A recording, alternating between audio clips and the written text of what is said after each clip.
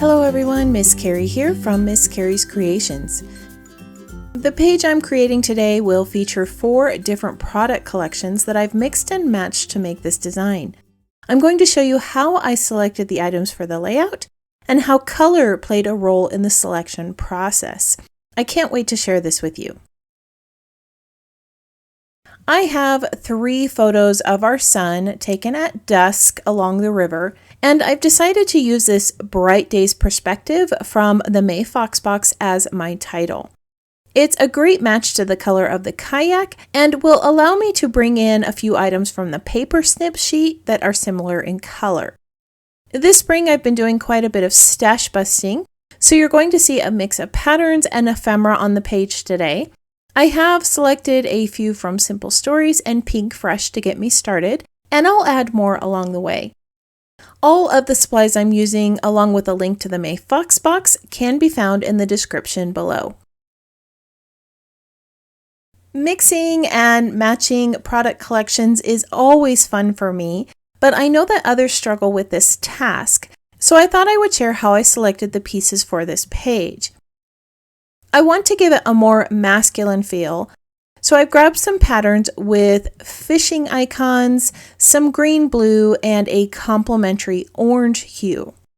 Blue and orange are directly opposite each other on the color wheel and have the highest level of contrast between their 2 hues. Because these 2 are going to make such a bold statement, I'm also going to bring in a few gray and brown neutrals to soften the 2 colors. I'm working with a sketch from Creative Scrapbooker today.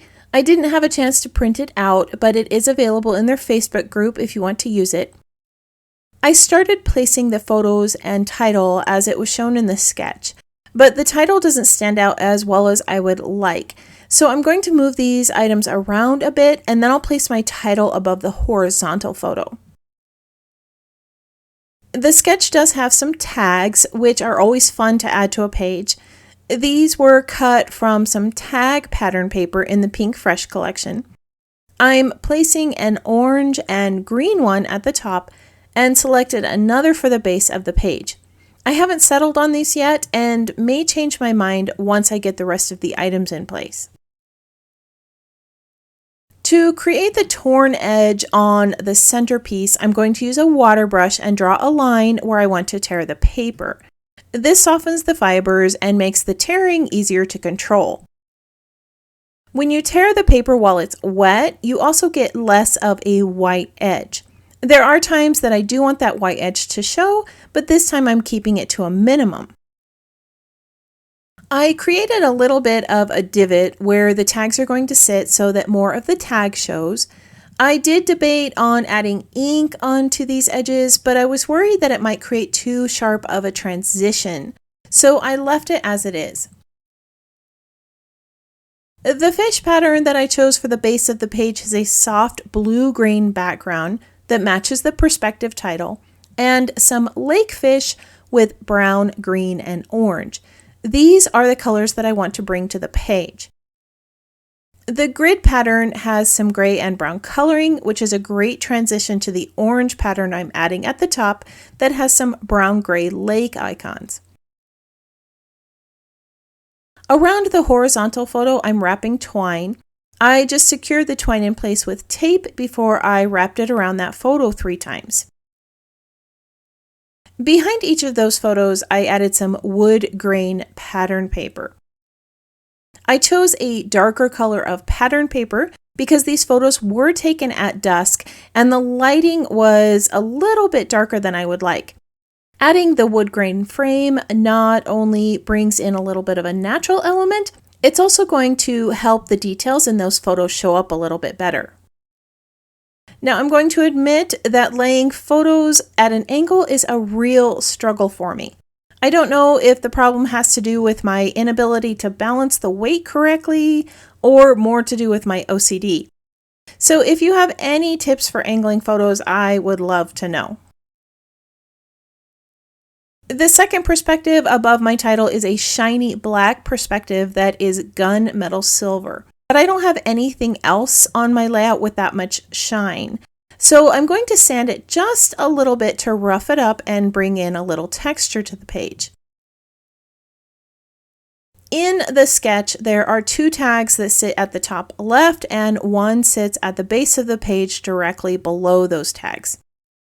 I attempted this placement with some orange and green tags and decided that the 2 orange patterns didn't form a very balanced vertical line. So I tried to bring in a tan color.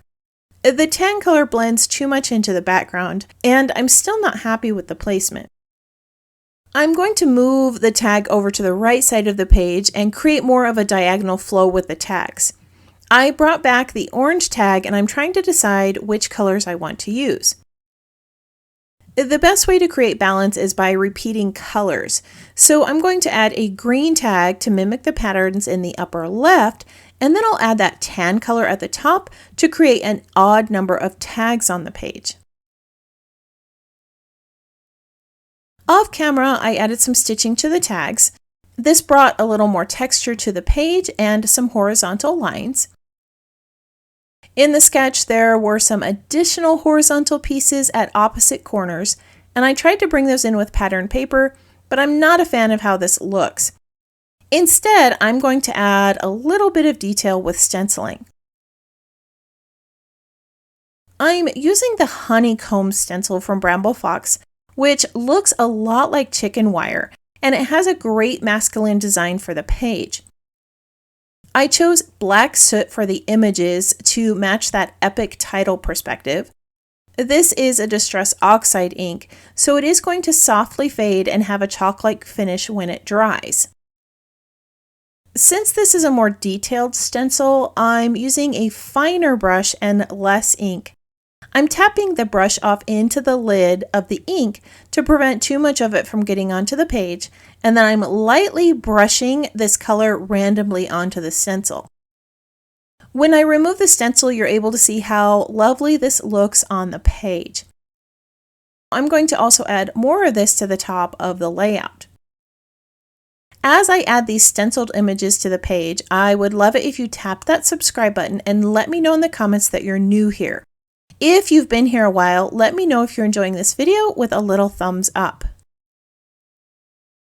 Here is what that finished honeycomb stenciling / chicken wire looks near the top of the page. I like how subtle this is and how it adds just a little more texture to the layout. Now I'm going to build my title for this page. I'm starting with a little orange label that says Best Time Ever. Over the top of that, I have a circle phrase that I cut from the paper snip sheet, and I'm going to place a little epoxy sticker over this to make it look like a button. After adding those perspectives, I now have some orange, blue-green, bright blue, and black in my title. I want to create a bit of a frame with an arrow, so I brought in these perspectives and I'm going to decide which one to use. These arrows have a matte finish, which is going to offset the shine of the gunmetal. I'm going to use this little curled arrow because it matches the script text in Bright Days. And now that my title is finished, I want to take all of the colors that I used here and bring them to the lower part of the page. Below the photo, I'm adding a horizontal phrase that says Wild at Heart. Below that, I'm going to add another item from the paper snip sheet. This black phrase forms a nice visual triangle with the arrow and title perspective. On the right, I'm going to bring in some more of the blue-green with a little phrase that says Fresh Air and Sunshine. This helps finish off that lower corner. From the paper snip sheet, I used a die to cut out another little circle phrase, and I'm adding this to the top left corner. Again, I have added an epoxy sticker to create a cute little button. These are available in the Bramble Fox shop, and they fit the paper snip circles perfectly. Behind that little button, I'm bringing in a chipboard circle that says Adventure. This creates a nice grounding space for the other pieces I plan to add. I also brought in another orange phrase sticker, but I'm not sure I like it here because it takes up a lot of space. For now, I'm just going to leave it and I'll bring in some fishing items. He was fishing in his kayak that day, so I've decided to bring in 3 little fishing flies. They do have a wider white edge, so I'm going to add some ink to these to soften them a bit. I'm going to tuck 1 at the top and 2 at the lower right side of the page. These not only add to the fishing theme, but they create a nice triangular flow in the design. After taking a look at the page, I felt like there was a disconnect between the photos on the left and the photo on the right. This could be my issue with them being tilted, but I decided to add some items to connect them anyway. Near the title, I brought in a green fern and an orange butterfly. This brought some green to that title, created a nice frame, and helped connect the photos. I also added a knot to the twine wrapping and had it trail towards the other 2, which created another connection between the vertical photos. I brought in some of the twine to the top of the page onto the tag. On each of these tags, I added brads or eyelids. I chose to use like colors so that I could add the texture without contrast. At the top here, I realized that I was missing some blue. I removed that longer orange phrase and brought in a small blue tab that says fishing. This fit much better with the phrase on that tag. To add even more blue, I brought in a small decorative brad to the space, and then I added another brad near the base of the page in a lovely orange color. These helped finish off the spaces and added a little metallic element to the page to match that gunmetal perspective title. As I was finishing, I realized that I didn't leave space for journaling, so I trimmed down my photos and layered a small bit of vellum below them with the story. Today's project involved mixing and matching elements in my collection with a few Bramble Fox perspectives to create a masculine layout. I was able to keep the focus on the photos by using complementary colors, outdoor elements, and bits of texture. If you are one who likes to pin projects to inspiration boards, I have placed these photos on my website and in the Bramble Fox Friends group for you to use. Thank you again for joining me for another scrapbook project. I hope this inspired you to try something new. If you have any questions about this project or the supplies I used, feel free to leave a comment below. I hope that you have a wonderful week, and I can't wait to see what you create.